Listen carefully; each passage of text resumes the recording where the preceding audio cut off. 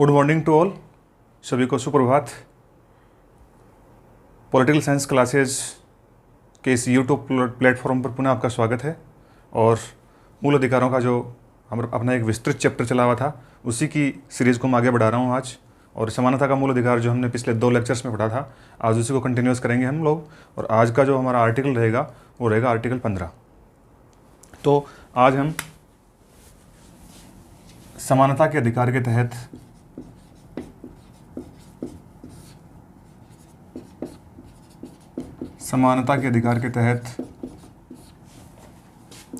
हम चर्चा कर चुके हैं। अनुच्छेद 14 से लेकर 18 तक संविधान के भाग 3 में वर्णित हैं।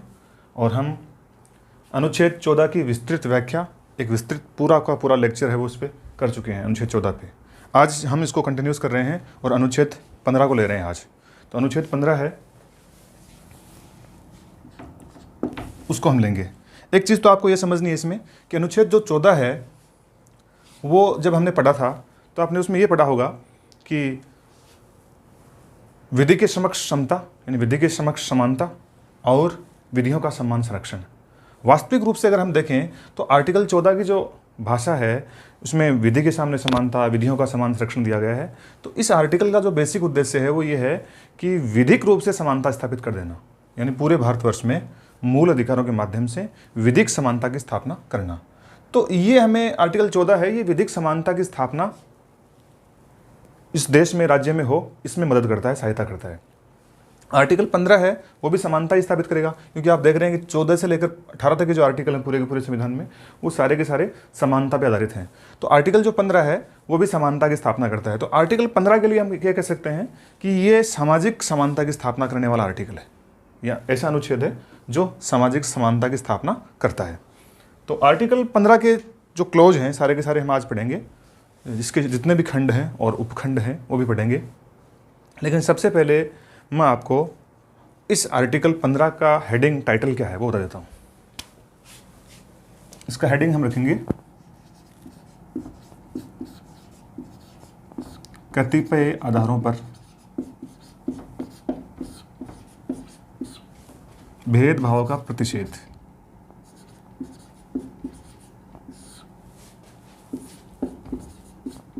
भेदभाव को हम विभेद शब्द भी काम में ले सकते हैं। इंग्लिश में जो शब्द काम में आएगा वो आएगा डिस्क्रिमिनेशन। तो भेदभाव का प्रतिषेध, और प्रतिषेध का मतलब है मनाही। नहीं, भारतीय संविधान का आर्टिकल 15 समानता के अधिकार के तहत कुछ कतिपय जो आधार हैं उन पे भेदभाव का विरोध करता है, उनकी मनाही करता है, उन पे रोक लगाता है। तो सबसे पहले हम आर्टिकल जो 15 है उस 15 के जो क्लोज हैं, खंड हैं, उनको समझेंगे। 15 के जो अंदर विशेष सामग्री डाली गई है संविधान में उसको हम समझेंगे। तो वास्तव में समझने के पश्चात ही हम इस आर्टिकल का, इस अनुच्छेद का मूल भाव जान पाएंगे। तो कतिपय आधारों पर भेदभाव का प्रतिषेध, मैं आपके सामने आर्टिकल 15(1) लेके आऊँ, इससे पहले मैं कतिपय जो भेदभाव हैं, जो आधार हैं, उनकी बात कर लेता हूँ। देखो, संविधान में जो आर्टिकल 15 है उसका पहला क्लोज है, जो पहला खंड है इस आर्टिकल का, वो कुछ आधारों की बात करता है। जब हमने इसका शीर्षक रखा है कतिपय आधारों पर भेदभाव या विभेद का प्रतिषेध, तो जो आधार हैं इसमें वो वर्णित है, यानी कौन से आधारों पे भेदभाव नहीं किया जा सकता, ये आर्टिकल 15(1) में मेंशन है, ये 15(1) में वर्णित है।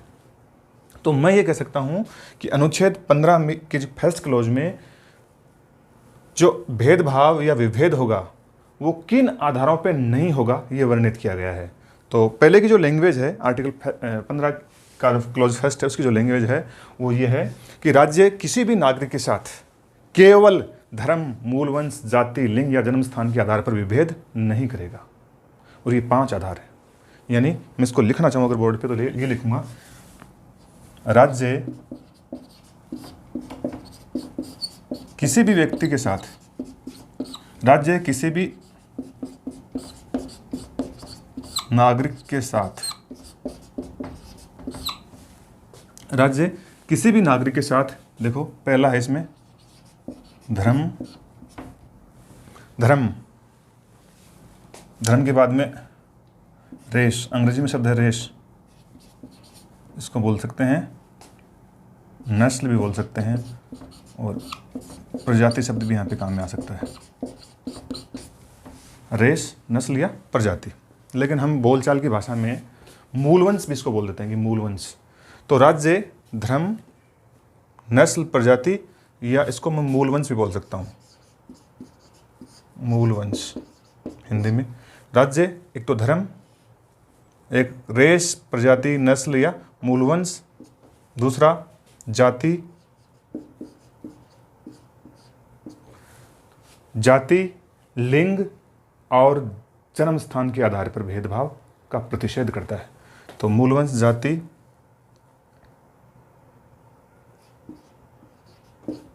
लिंग और जन्म स्थान, ये 5 आधार मैंने आपको बता दिए हैं। और 5 आधार मैंने बता दिए हैं। अब आपको इसकी लैंग्वेज को देखना है। इसकी लैंग्वेज जो संविधान में वर्णित है उसको मैं आपके सामने दोहरा रहा हूँ। राज्य केवल, राज्य के बाद में जो शब्द दिया गया है वो दिया गया केवल। राज्य केवल धर्म, मूलवंश, जाति, लिंग या जन्म स्थान के आधार पर प्रतिषेध या विभेद नहीं करेगा। राज्य केवल, राज्य केवल धर्म, मूलवंश, जाति, लिंग, जन्म स्थान के आधार पर विभेद नहीं करेगा। तो इस आर्टिकल 15(1) में 3 शब्दों पे अपने को ध्यान देना है। आर्टिकल 15 का जो क्लोज फर्स्ट है उसको समझने के लिए केवल 3 शब्द हमें मेंशन करने हैं। देखो, पहला शब्द है इसमें केवल, दूसरा शब्द है राज्य किसी भी नागरिक के साथ केवल धर्म, प्रजाति, मूलवंश, जाति, लिंग, जन्म स्थान के आधार पर प्रतिषेध नहीं करेगा या भेदभाव नहीं करेगा। अब 2 शब्द तो मैंने मेंशन कर दिया। एक तो नागरिक शब्द है इसमें, एक है केवल और एक है विभेद, जो अंत में था जन्म स्थान के आधार पर विभेद।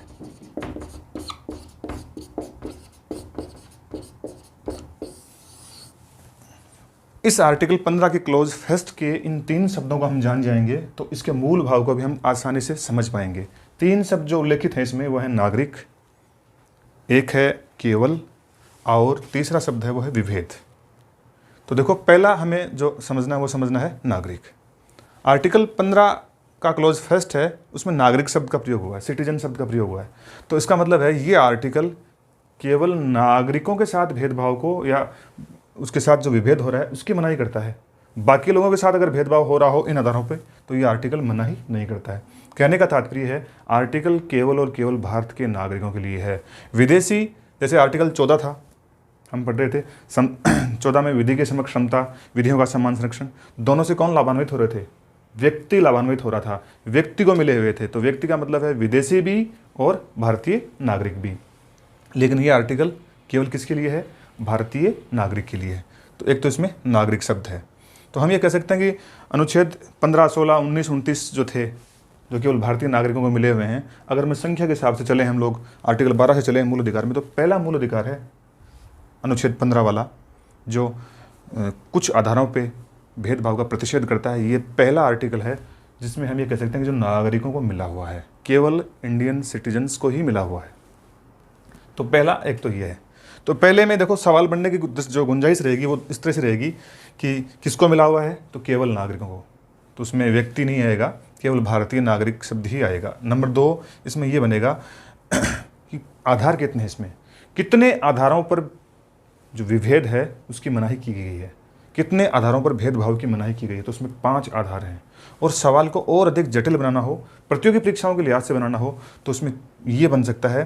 देखो, ये जो शब्द काम में लिए गए ना, धर्म, रिलीजन 1 नंबर पे है। मैं उसी क्रम में आपको ये शब्द बता रहा हूँ जिस क्रम में ये संविधान में वर्णित है। उसके बाद में मूलवंश, उसके बाद में जाति, लिंग चौथा है और जन्म स्थान 5वां है। इसी क्रम में अपने को याद रखना है। कई बार ये होता है कि प्रतियोगी परीक्षाओं में हमें ये तो याद होता है कि ये 5 आधार हैं जिनके आधार पर मनाही की गई है, लेकिन कई बार वो पूछता है कि निम्न में से भारतीय संविधान के अनुच्छेद 15 के क्लोज फर्स्ट में या खंड फर्स्ट में प्रतिषेध किए गए कुछ आधारों का सही क्रम होगा। तो सही क्रम हमें याद रखना है कि यदि ये नहीं है कि भाई पहले आ गया तो उसके आधार पर प्रतिषेध है, दूसरे पर नहीं है, 5वें पर नहीं है, ऐसा कोई मैटर नहीं है। ये मैटर है इसमें कि इन पांचों आधारों पे प्रतिषेध विभेद नहीं होगा, इनका प्रतिषेध कर दिया गया है, लेकिन इनका क्रम अपने को याद होना चाहिए। धर्म पहले है, नस्ल या मूलवंश बाद में है, जाति तीसरे पे है, लिंग चौथे पे और जन्म स्थान पांचवें पे। एक माइनर सवाल बनने की गुंजाइश होती है। विभेद शब्द है वो अपने आप में, विभेद का मतलब है जब हम किसी एक के सापेक्ष दूसरे को दूसरे में कुछ अंतर पैदा करते हैं या कुछ अंतर लाते हैं। एक के जैसे मान लीजिए ये दो व्यक्ति हैं और बी,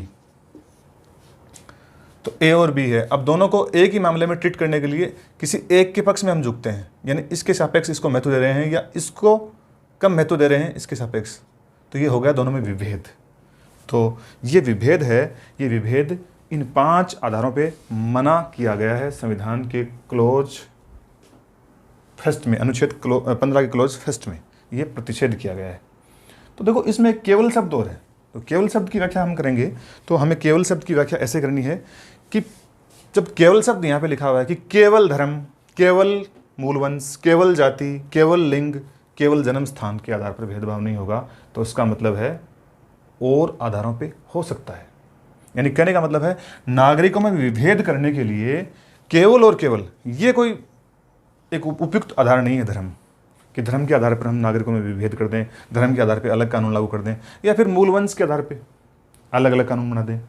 हाँ, इनके साथ कोई दूसरा तार्किक विभाजन जुड़ा हुआ हो, तार्किक विभेद जुड़ा हुआ हो, जो बिल्कुल सही हो, न्यायोचित हो और न्याय की स्थापना करने वाला हो, तो हम कर सकते हैं। उसके साथ धर्म भी हो सकता है। मान लीजिए मैं एक एग्जाम्पल से आपको बताऊं कि मान ले जो मूलवंश की हम बात कर लें, अगर मूलवंश, तो जैसे दक्षिण और पूर्व और उत्तर, इन 3 भागों को देख लें। भारत के अगर 3 भागों को हम देखें, दक्षिणी भाग और पूर्वी भाग और उत्तरी भाग, तो इनकी जो इनमें डेमोग्राफी है, इनमें जो लोग रहते हैं, पूर्वी भाग है और उत्तरी भाग है जो पर्वतीय क्षेत्र है, तो उसमें हम देखें कुछ जनजातियां निवास करती हैं, कुछ विशेष जनजातियां हैं यहाँ पे, तो उन जनजातियों के लिए हम लोग अलग व्यवस्था कर सकते हैं। लेकिन वो जनजातियों के लिए अलग व्यवस्था हम इस आधार पर करते हैं कि जनजातियाँ हैं, उनका जीवन है बड़ा दुष्कर है, पर्वतीय क्षेत्रों में रहती हैं, वहाँ पे उनके निवास के लिए भी उपयुक्त भौगोलिक वातावरण नहीं है, विकास की दौड़ में बिल्कुल पिछड़ी हुई हैं। तो इस आधार पे हम पूर्वी भाग के जो नागरिक हैं, हो सकता है कि वो मूलवंश के आधार पे कहाँ के हो गए, एक प्रजाति के हो गए, एक जनजाति के हो गए, या एक नस्ल के हो गए, तो उनके आधार पे हम कर सकते हैं। यानी मूलवंश अकेला आधार नहीं है, मूलवंश के साथ साथ क्या हुआ है, मूलवंश के साथ ऐसी परिस्थितियां विद्यमान हैं जो उस मूलवंश को अन्य जो प्रजातियां हैं, अन्य जनसंख्या है, अन्य नागरिक हैं, उनसे अलग करती हैं। तो इस आधार पे हम कर सकते हैं। तो आर्टिकल 15 हमने समझ लिया है, 15 का क्लोज फर्स्ट, कि 5 आधारों पे नागरिकों के साथ भेदभाव करने का प्रतिषेध किया गया है। नंबर 1 बात, इस आर्टिकल की जो भाषा है, उस भाषा से ये लगता है कि राज्य, मैंने कोई एक शब्द और काम मिल लिया है, राज्य किसी के साथ, यानी राज्य किसी भी नागरिक के साथ, तो यहाँ पे केवल राज्य के लिए है ये चीज़ें। ये समझने वाली बात है कि ये जो विभेद है, ये 5 आधारों पे विभेद की जो मनाही है वो राज्य के लिए है। हो सकता है व्यक्ति इस तरह कोई भेद कर दे, मान लीजिए मेरे यहाँ पे कोई मेरा व्यक्तिगत कोई कार्य हो और उस व्यक्तिगत कार्य में मुझे हो सकता है कि मैं किसी को निमंत्रण भिजवाऊँ या आमंत्रण भिजवाऊँ, तो हो सकता है मैं किसी धर्म विशेष के लोगों को भिजवाऊँ, किसी धर्म विशेष के लोगों को न भी भिजवाऊँ। तो ये मनाही किसको कर रहा है, केवल और केवल राज्य से अपेक्षा करता है कि आप इन 5 आधारों पे कोई विभेद नहीं करेंगे नागरिकों में। हाँ, और कोई उचित विभेद इनके साथ हो तो हो सकता है। तो केवल शब्द का अर्थ हमें ये लगाना है कि विभेद हो सकता है, लेकिन केवल इन 5 आधार हैं, ये तार्किक आधार नहीं है विभेद करने के लिए नागरिकों में। यानी कहना चाहता है संविधान कि इन 5 आधारों पे भारत के सभी नागरिक हैं वो समान है। अब हम देखते हैं क्लोज 2, 15 का क्लोज 2।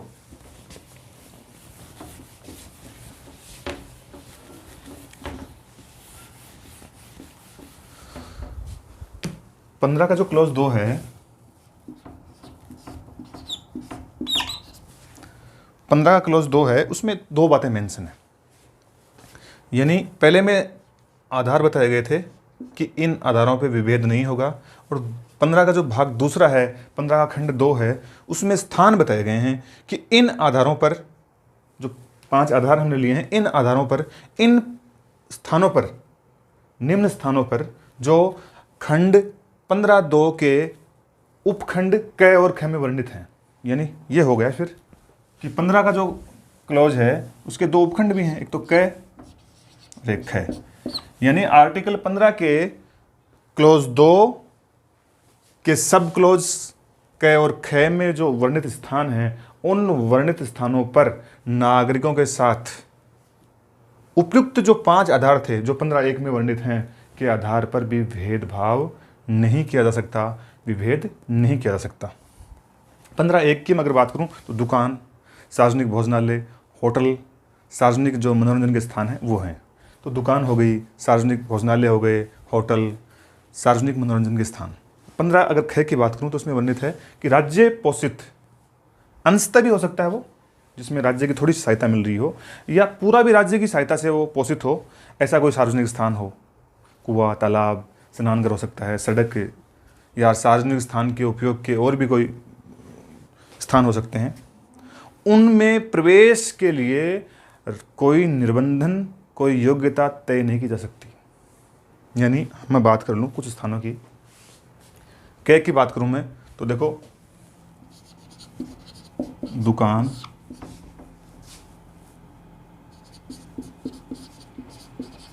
होटल, ये सार्वजनिक स्थान है, हमें देखना है ये सार्वजनिक स्थान है। भोजनालय हो गए या सार्वजनिक मनोरंजन के और भी स्थान हो गए। और दूसरे में देखो सार्वजनिक स्थान हो गए, जैसे इसमें वर्णित है कुआं, तालाब, स्नानाघर, सड़क, अन्य। तो इसमें देखो कुआं, तालाब, ये शब्द अपने को याद रखने की जरूरत नहीं है। स्नानाघाट, ये केवल इसलिए हैं कि ये इंडिकेट करते हैं, ये स्थान इंडिकेट करते हैं कि ये सार्वजनिक स्थान है। जैसे सड़क हो गई, पार्क हो गया, तो ये इंडिकेट कर रहे हैं कि सार्वजनिक स्थल है। तो इनमें यानी 15 के खंड 2 में जो उपखंड क और ख में जो स्थान वर्णित हैं और उन स्थानों का जो भाव है, और स्थानों का भाव अपने को याद रखना है, स्थानों का भाव है सार्वजनिक स्थान। और सार्वजनिक स्थान का मतलब हो गया, सार्वजनिक स्थान वो सारे स्थान हैं जो राज्य की विधि से पोषित हैं, राज्य के कोष से पोषित हैं। यानी राज्य जिसके लिए कानून बना के व्यवस्था करता है, या राज्य जिनके लिए धन की व्यवस्था करता है, अंशतः है या पूर्णतः, वो सारे के सारे स्थान हैं वो सार्वजनिक स्थान होंगे। और उनमें प्रवेश के लिए भारत के जो नागरिक हैं उनके प्रवेश के लिए राज्य या व्यक्ति दोनों कोई निर्बंध नहीं लगा सकते, कोई शर्त नहीं लगा सकते, कोई योग्यताएं तय नहीं कर सकते कि फलां फलां व्यक्ति जाएगा। अगर मैं बात करूं तो इसमें देखो एक स्थान जैसे मंदिर भी है। अब न तो राज्य और न व्यक्ति, राज्य कोई ऐसी योग्यता तय नहीं कर सकता और व्यक्ति भी ऐसी कोई उस पर कोई नहीं लगा सकता कि भाई मंदिर में फलां फलां जाति के जाएंगे या फला फला गांव के लोग ही मंदिर में जाएंगे, या हो सकता है कि इस राज्य के लोग ही इस मंदिर में जाएंगे। ऐसी इस तरह की कोई भी योग्यता है वो तय नहीं की जा सकती। और किसी भी, मैं कह सकता हूँ कि किसी भी तरह की किसी अपेक्षा नहीं की जा सकती कि भाई जैसे आप मंदिर में जा रहे हो तो आप फलां जाति की हो तो फिर आप इस तरह के कपड़े पहन के आओ, या फलां जाति की हो तो 3 से 5 के बीच में आओ, इस जाति की है तो कभी भी आओ। इस तरह की कोई भी योग्यता, कोई भी दायित्व इन पे नहीं लादा जा सकता। तो 15.2 है, उसमें एक अपने को इंपॉर्टेंट बात समझनी है कि 15.1 केवल राज्य को निषेध करता है विभेद के लिए, और 15.2 है वो सार्वजनिक स्थानों पर 15.1 में वर्णित जो 5 आधार हैं उन आधारों पर सार्वजनिक स्थानों के उपभोग में राज्य को और व्यक्ति दोनों को प्रतिबंधित करता है, दोनों पर रोक लगाता है कि आप ये काम नहीं कर सकते। न तो कोई व्यक्ति जनसाधारण कर सकता, न राज्य कर सकता। तो ये है आपका अनुच्छेद 15.2। अब देखो 15.2 है। अब मैं अगर बात करूं इसमें कुल 6 क्लोज हैं, अनुच्छेद 15 में कुल 6 क्लोज हैं। तो 15.1 और 15.2 हैं, वो 15.1 में आधार बताए गए हैं, ये आधार रहेंगे जिन पे विभेद नहीं होगा। 15.2 में स्थान बताए गए हैं कि इन स्थानों पर विभेद नहीं होगा। ये 15 के 2 आधार हैं वो तो हैं। अब बाकी के जो हैं इसमें मैं बात करूं अगर क्लोज 3 से लेकर 6 तक और हैं 15 के, ये क्या हैं? अपने आप में अपवाद हैं।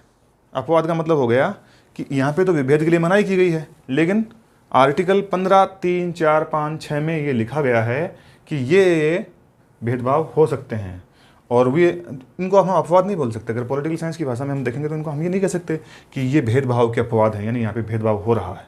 भेदभाव नहीं है, बल्कि राज्य की वो सकारात्मक भेदभाव है, हम अगर इसको सही परिभाषा में लेके आएंगे तो सकारात्मक भेदभाव है, यानी अफर्मेटिव एक्शन है गवर्नमेंट का, राज्य का या सरकार का।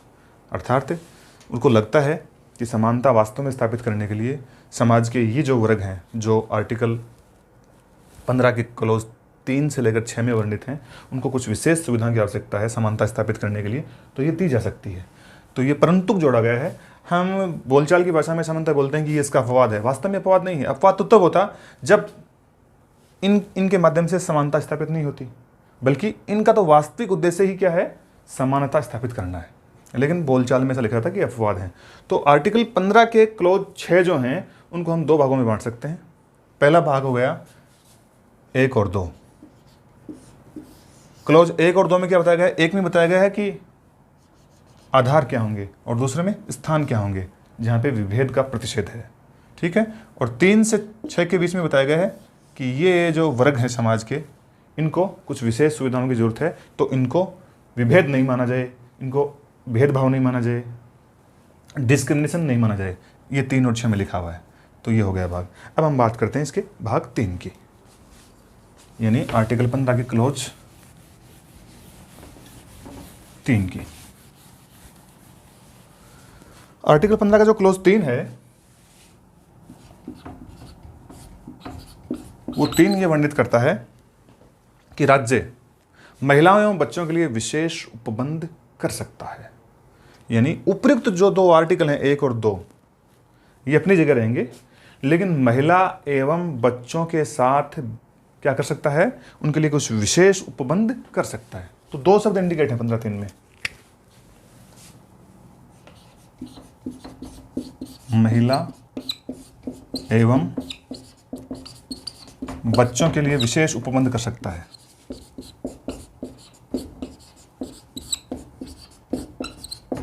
विशेष उपबंध कर सकता है। देखिए, आपके जहन में, मस्तिष्क में सवाल जरूर आया होगा कि ये अलग से जोड़ने की जरूरत कहाँ थी। 15, 1 और 2 में जब लिखा हुआ है, देखो उसको जोड़ने की जरूरत, इसमें तो एक शब्द लिखा हुआ महिला। अब हमने देखो लिंग के आधार पे भेदभाव का प्रतिषेध किया है। आर्टिकल 15 के क्लोज 1 में हमने ये कहा है कि भाई लिंग के आधार पर, जो 5 आधार हैं उसमें लिंग भी एक आधार है, तो लिंग के आधार पर भेदभाव नहीं होगा। अब देखो यहाँ पे महिला, लिंग 2 है अपने पास, महिला और पुरुष। अब क्या है यहाँ पे, ये आर्टिकल 15(3) में ये बोल दिया गया है कि महिला एवं बच्चों के लिए विशेष उपबंध कर दिया जाएगा या विशेष उपबंध किए जाएंगे, तो उनको हम ये नहीं कह सकते कि ये लिंग के आधार पर भेदभाव हो गया है। देखो यहाँ पे हमने महिला, तो महिला केवल हमने जो भेदभाव किया है या विभेद किया है वो महिला के आधार पर नहीं किया है, बल्कि हम ये कह सकते हैं कि समाज में 2 वर्ग हैं, समाज में वर्ग हैं 2, एक में पुरुष है, एक में महिला है। तो भेदभाव हम इसलिए नहीं कर रहे हैं कि ये महिला है या ये पुरुष है। हमने क्या करा है, लिंग के साथ साथ हमने उचित आधारों की खोज की है, और उचित आधार क्या है, महिला एक वर्ग है, पुरुष भी एक वर्ग है। इन दोनों वर्गों को आप देख सकते हो, इनके अधिकार क्या हैं, इनका सामाजिक स्थान क्या है, सामाजिक स्थिति क्या है, विकास की दौड़ में कौन आगे है, एजुकेशन किसके पास ज़्यादा है, अधिकार किसके पास ज़्यादा है। तो हम ये देख सकते हैं कि इनको दोनों जगह हम बांटेंगे, लिंग के आधार पर हमने बांटा है, और बांटते ही ये 2 वर्ग बन गए हैं। तो हमारे पास क्या हो गया है, अब महिलाओं के पक्ष में कुछ विशेष उपबंध करने के लिए क्या हो गए हैं, उचित विभेद हो गए हैं, उचित तर्क हो गए हैं, उचित कारण हो गए हैं। केवल महिला है इसलिए हमने नहीं किया है, बल्कि महिला होने के साथ साथ वो एक वर्ग है, और वो वर्ग समाज में निम्न स्थिति को प्राप्त है। शिक्षा के मामले में हम कह सकते हैं, सरकारी सेवाओं में हम कह सकते हैं, अधिकारों के मामले में कह सकते हैं। तो राष्ट्र निर्माण में इस वर्ग की भागीदारी को बढ़ाने के लिए इनके पक्ष में कुछ विशेष उपबंध किए जा सकते हैं, यह आर्टिकल 15(3) कहता है। वैसे ही बच्चों के लिए देखो हमने देख रखा है, जैसे सामान्य आपराधिक कानून अलग हैं, लेकिन बच्चों के लिए जुनाइल जस्टिस एक्ट है वो अलग है। तो बच्चे हैं, उनके लिए भी विशेष व्यवस्थाएं हो सकती हैं, और बच्चों के लिए विशेष व्यवस्था होने पर हम ये दावा नहीं कर सकते कि साहब ये लिंग के आधार पर भेदभाव हो गया, या महिलाओं के लिए कुछ हमने विशेष किया हो, महिला आयोग की स्थापना की हो, घरेलू हिंसा रोकथाम अधिनियम बनाया हो, या महिलाओं के लिए रिजर्वेशन की व्यवस्था हमने की हो पंचायतों में, स्थानीय सुशासन में। तो इसका मतलब ये नहीं है कि लिंग के आधार पर भेदभाव हो गया है। तो आर्टिकल जो 15(3) है ये इसकी मुख्य भाषा है, उसका भाव है ये यही है। अब हमने को ये समझना है कि मूल रूप से संविधान में आर्टिकल 3 ही थे, इसमें 15 में केवल ये 3 क्लॉज थे जो मूल संविधान में थे। आर्टिकल 15 के क्लॉज 6 हैं कुल आज तक, उसमें से केवल 3 ही क्लॉज थे जब संविधान लागू हुआ था तो वो संविधान में सम्मिलित थे। तो इसका मतलब हो गया है आर्टिकल 15 के क्लॉज 4, 5 और 6 वो बाद में जोड़े गए हैं। अब हम बात करते हैं क्लॉज 15(4) की। क्लॉज 15(4) देखो 15(4) के बारे में एक तो आप ये स्पष्ट रूप से याद रख लें कि ये जो चौथा क्लॉज है इस अनुच्छेद में वो प्रथम संविधान संशोधन के माध्यम से संविधान में जोड़ा गया है। प्रथम संविधान संशोधन के माध्यम से संविधान में जोड़ा गया है। आप सभी जानते हैं प्रथम संविधान संशोधन हुआ है वो कब हुआ है? 1951 में। 1951 में। अब क्या हुआ है देखो, 3 में क्या हुआ है? 3 में महिला और बच्चों के लिए विशेष बात करी गई है। अब 15(4) में जो बात करी गई है वो आपको समझनी है। 15(4) में जो मुख्य बात वर्णित है वो ये है कि सामाजिक एवं शैक्षणिक पिछड़े वर्ग की उन्नति के लिए, सामाजिक एवं शैक्षणिक पिछड़े वर्ग की उन्नति के लिए एवं SC ST के लिए कोई विशेष प्रावधान किए जाते हैं, एवं SC ST के लिए कुछ विशेष प्रावधान किए जाते हैं, तो वो न तो इस अनुच्छेद 15 का उल्लंघन होंगे और न ही अनुच्छेद 29 जो अधिकार है जो हम आगे पढ़ेंगे उसके खंड 2 का उल्लंघन करेंगे। यानी ये कह सकता हूँ 15(4) में जो लिखा हुआ है उसमें एक तो ये न तो 15 का उल्लंघन, एक जो 29 है मूल अधिकार से जुड़ा हुआ अनुच्छेद है आगे आएगा, और ये जो अल्पसंख्यक हैं उन जो अल्पसंख्यक लोग हैं इस देश में उनकी विशेष भाषा, लिपि, संस्कृति, परंपराओं को संरक्षित रखने वाला मामला है। तो ये कह रहा है इसकी जो भाषा है 15(4) की वो भाषा ये है कि ये आर्टिकल 15 में जो प्रतिषेध लगाए गए हैं, जो मनाही की गई हैं वो, और 29 के खंड 2 में जो प्रतिषेध लगाए गए हैं वो नहीं रुकेंगे। इस आर्टिकल की जो नीचे वाली भाषा है जो मैं आपको भी बताऊंगा, बोर्ड पे लिखूंगा, उस भाषा को इन आधारों पे चुनौती नहीं दी जा सकती। किन आधारों पे? अनुच्छेद 15 के बिहाफ पे जो समानता की बात करता है, यानी यही आर्टिकल पूरा का पूरा, पहला, दूसरा, तीसरा ये क्लोज, और 29 जो अल्पसंख्यकों के अधिकारों के साथ जुड़ा हुआ है। ठीक है, तो इन आधारों पे चुनौती नहीं मिल सकती। और यहाँ पे देखो फिर क्या व्यवस्था करी गई है। नंबर 1, इसमें एक बात तो ये मेंशन है कि राज्य शैक्षिक एवं सामाजिक रूप से पिछड़े वर्ग के हितों के लिए विशेष उपबंध कर सकता है। राज्य शैक्षिक एवं सामाजिक रूप से पिछड़े वर्गों की उन्नति के लिए विशेष उपबंध कर सकता है, और ऐसे ही उपबंध वो अनुसूचित जाति और जनजाति के लिए कर सकता है। जाति एवं जनजाति के लिए कर सकता है। अब आपके सामने समझ में आएगा आपको कि राज्य क्यों, देखो एक तो बाउंडेशन है इसमें कि इस अनुच्छेद यानी 15(4) का कोई क्लोज जिसमें जो भाषा वर्णित है उस भाषा में अगर अनुच्छेद 15 है वो मना ही नहीं करेगा।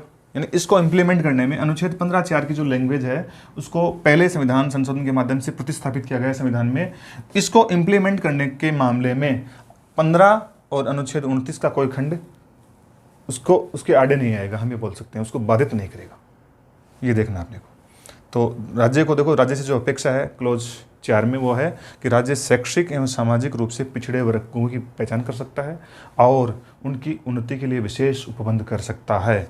वैसे ही अनुसूचित जाति एवं जनजाति के जो लोग हैं या पिछड़े वर्ग हैं, पिछड़ी जातियां हैं, उनकी उन्नति और उनके कल्याण के लिए कार्य कर सकता है। और ये कार्य जब राज्य करेगा क्लोज 4 में, तो भले ही वो, तो ये कार्य करते समय ये क्लोज दोनों 29 और ये 15 उसको नहीं बाधित करेंगे, उसको नहीं रोक पाएंगे। ये इसका मूल भाव है। अब सबसे इंपॉर्टेंट जो प्रतियोगी परीक्षाओं के लिहाज से इसमें सवाल बनता है, जो हमारे संविधान में आरक्षण का आधार है, वो आरक्षण का आधार है वो अनुच्छेद 15(4) है। सबसे इंपॉर्टेंट जो इस पूरे लेक्चर का सवाल होने वाला है वो यही है कि भारतीय संविधान का कौन सा अनुच्छेद है या कौन सा अनुच्छेद का फिर सब क्लोज है। तो 15(4) हमें याद रखना है, 15(4) है वो संविधान जैसी व्यवस्था को संवैधानिक महत्व प्रदान करता है या संवैधानिक उपबंध करता है, हम ये बोल सकते हैं इसको। ठीक है, पहले संविधान संशोधन के माध्यम से ये प्रतिस्थापित है 1951 में। ठीक है, अब हम बात करेंगे 15(5) की। तो 15(5) की मैं एक बार इसको मिटा रहा हूँ, 15.5। देखिए 15.5, 15.4 में क्या हो गया है, सामाजिक, शब्दों पे ध्यान देना, सामाजिक एवं शैक्षणिक पिछड़े। पिछड़े किस आधार पे, सामाजिक आधार पे पिछड़े हुए और शैक्षणिक आधार पे पिछड़े हुए, ये दो ही शब्द इसमें काम में लिए गए हैं। के लिए विशेष उपबंध कर सकता है, अनुसूचित जाति और जनजाति के लिए विशेष उपबंध कर सकता है। अब इसमें भी देखो वही बात है, एक तो इसमें आर्टिकल 15 का कोई पैरा, कोई क्लोज है, वो इस आर्टिकल 15.5 की जो भाषा है मैं अभी आपको बताऊंगा, उसको इम्प्लीमेंट करने में बाधक नहीं बनेगा। अनुच्छेद 15 और एक अनुच्छेद 29 जो अल्पसंख्यक अधिकारों के साथ जुड़ा हुआ है, उसका खंड 1 है, उसका उपखंड 6। इसमें हम नहीं जाएंगे, जब हम अनुच्छेद 29 पढ़ेंगे तो उसके सारे खंड हमें पढ़ने हैं। 29 के 1 में क्या है और 1 के सब क्लोज जो उपखंड हैं कैसे लेकर 6 तक, उसमें क्या है वो हम बाद में पढ़ेंगे। हमें फिलहाल यही पढ़ना है कि अनुच्छेद 15 का कोई उपबंध और अनुच्छेद 29 का कोई उपबंध, और विशेष रूप से 29 का क्लोज 1 और 1 के क्लोज का जो उप क्लोज है या उपखंड है, सब क्लोज जो है 6, वो इस आर्टिकल की भाषा को इंप्लीमेंट करने में बाधा नहीं पहुंचेगा, आड़े नहीं आएगा, इसको बाधित नहीं करेगा। अब इसकी जो भाषा है वो देखें आप, सामाजिक एवं शैक्षिक रूप से पिछड़े वर्ग, सामाजिक एवं शैक्षिक रूप से पिछड़े वर्ग के लिए शिक्षण संस्थानों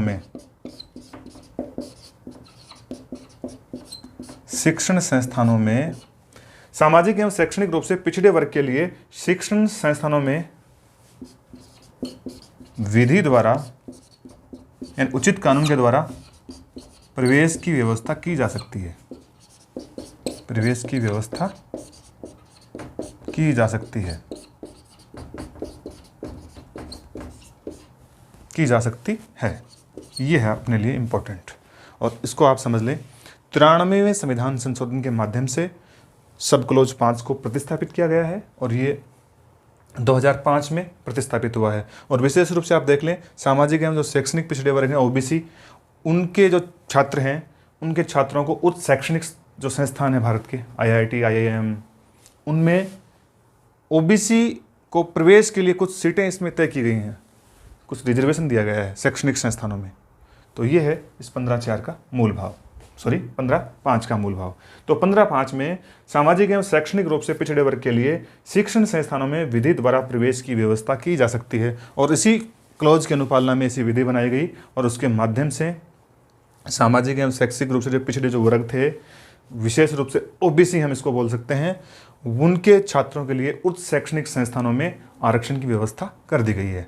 तो ये 15 का जो 5वां क्लॉज है, ये मैं बता रहा हूँ आपको कब शामिल हुआ संविधान में, 2005 में 93वें संविधान संशोधन से, यानी हम ये कह सकते हैं 93वें संविधान संशोधन से इस आर्टिकल को प्रतिस्थापित किया गया है।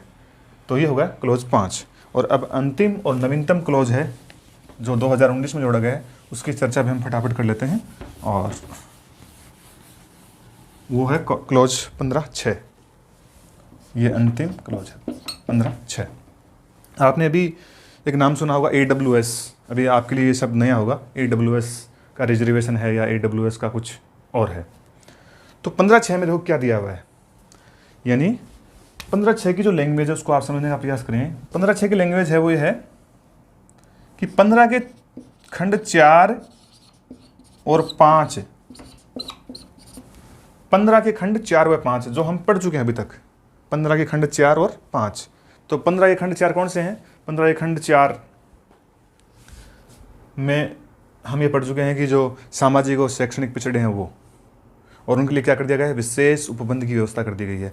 15 के खंड 4 में सामाजिक एवं शैक्षणिक रूप से पिछड़े वर्गों के हितों की रक्षा के लिए व्यवस्था की गई है, आप ये मान सकते हो। और एक SC और ST के लिए कर दी गई है 15.4 में, तो 15(4) में SC/ST और सामाजिक एवं शैक्षणिक पिछड़े वर्ग की बात है। तो 4 में क्या है देखो, एक तो SC/ST और एक सामाजिक एवं शैक्षणिक पिछड़े। ठीक है, 4 में तो ये बात की गई है। और अनुच्छेद 15 के क्लोज 5 में क्या बात की गई है कि इनके लिए अगर कुछ विशेष व्यवस्थाएं होती हैं, शैक्षणिक संस्थाएं, रिजर्वेशन, तो वो कानून के माध्यम से इम्प्लीमेंट की जा सकती हैं। शैक्षिक संस्थानों में इनको क्या दिया जा सकता है, प्रवेश दिया जा सकता है। यानी 4 का संबंध तो है इन वर्गों के साथ। आप इसको मोटे तौर पर ये समझ लें कि क्लोज जो चौथा हमने पढ़ा है उसमें जो शब्द काम लिए गए हैं वर्गों के स्थान पर, वो SC/ST, सामाजिक एवं शैक्षणिक पिछड़े, ये शब्द काम लिए गए हैं। और 15(5) में उनके लिए आरक्षण और उनके लिए शैक्षणिक संस्थाओं में प्रवेश की व्यवस्था है। ठीक है, अब इस खंड की लैंग्वेज को हमें समझना है। अब खंड की जो लैंग्वेज है वो ये है कि अनुच्छेद 15 के खंड 4 व 5 में वर्णित वर्गों के अलावा, 5 में वर्णित वर्गों के अतिरिक्त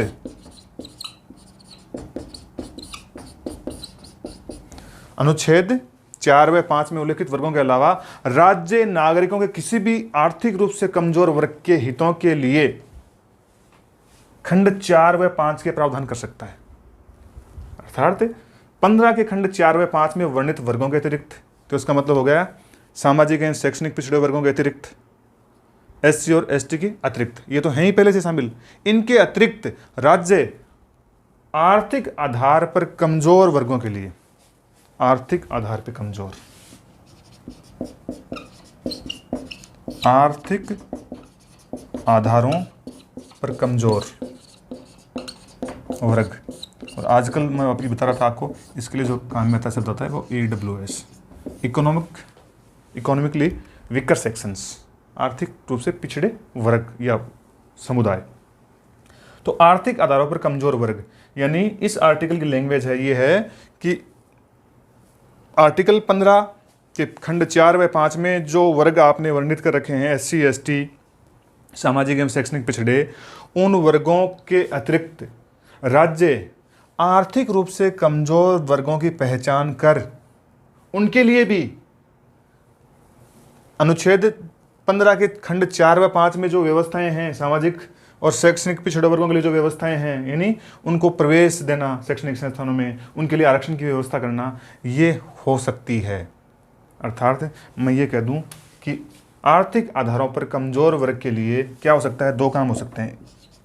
खंड 4 और 5 के काम लागू होंगे यहाँ पे भी। तो खंड 4 और 5 में यहाँ पे क्या हो रहा है, खंड 4 में विशेष उपबंध हो रहे हैं, 5 में शैक्षणिक संस्थानों में प्रवेश के लिए कानून बनाए जा रहे हैं, तो ये भी यहाँ पे होंगे।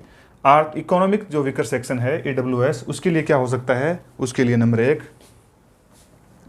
शैक्षिक संस्थानों में प्रवेश के लिए कानून हो सकते हैं, प्रवेश हो सकता है, और आरक्षण की व्यवस्था हो सकती है, आरक्षण की व्यवस्था हो सकती है, आरक्षण की व्यवस्था हो सकती है। अर्थात सबसे नया खंड है, ये जोड़ा गया था, वो जोड़ा गया था 103वां संविधान संशोधन हुआ था संविधान में 2019 में, और ये अंतिम खंड स्थापित किया गया था।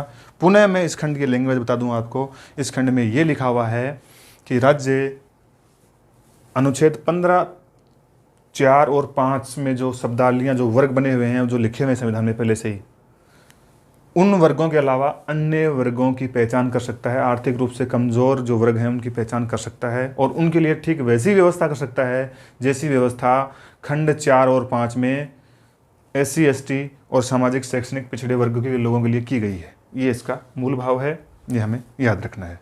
तो मैं समझ रहा हूँ कि आर्टिकल 15 के जो खंड 6 हैं, सब क्लोज या क्लोज जितने भी मैंने आज आपको बताए हैं, वो सारे आपको ठीक से समझ में आए होंगे। धन्यवाद।